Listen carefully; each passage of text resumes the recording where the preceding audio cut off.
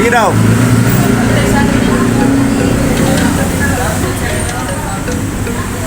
Iya bunggo guys. Ang problema nito guys, kabig.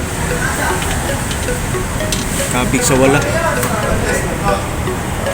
May problema yung ano, yung gulong.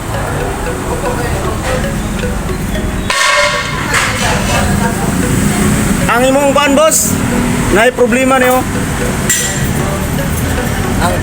Kaning ligid nimo ba? Nagpa-wheel balance na ani?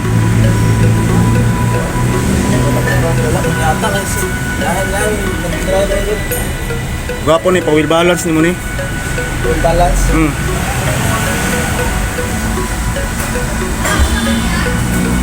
Iksa na to.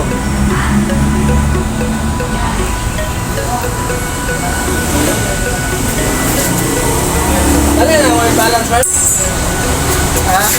Dali na wheel balance. O...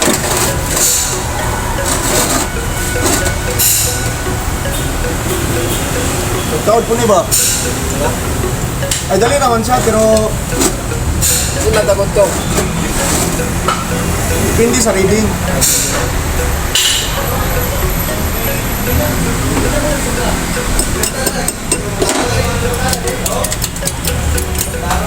Straight ako dili. Paano na tayo? Dito, slip na po.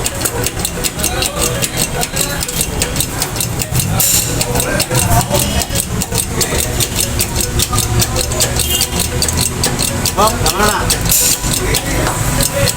Liyog ka na gud paliyog. No, liyog ko daw.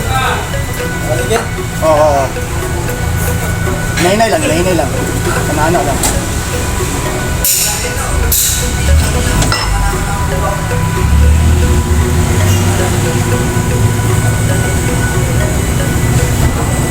Nagli ang rakin mo, boss. Oo. Biring.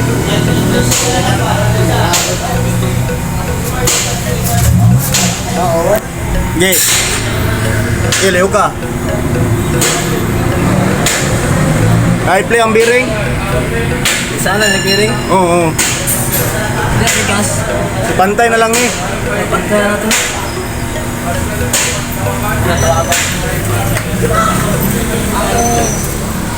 Ang problema na bearing lang o pinarakin. Biring o rack-in. Bearing rakin. Dua ka rack-in, dua ka biring. Yan guys, na-check na natin guys. Mayroong problema yung ano, yung ball joint at rack-in, kaya hindi siya ma-align. Ang problema nito pag takbo niya, pag mag-brake siya is magkabig sa left side.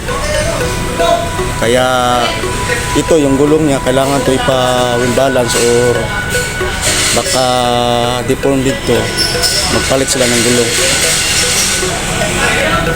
Kaya bunggo pala to.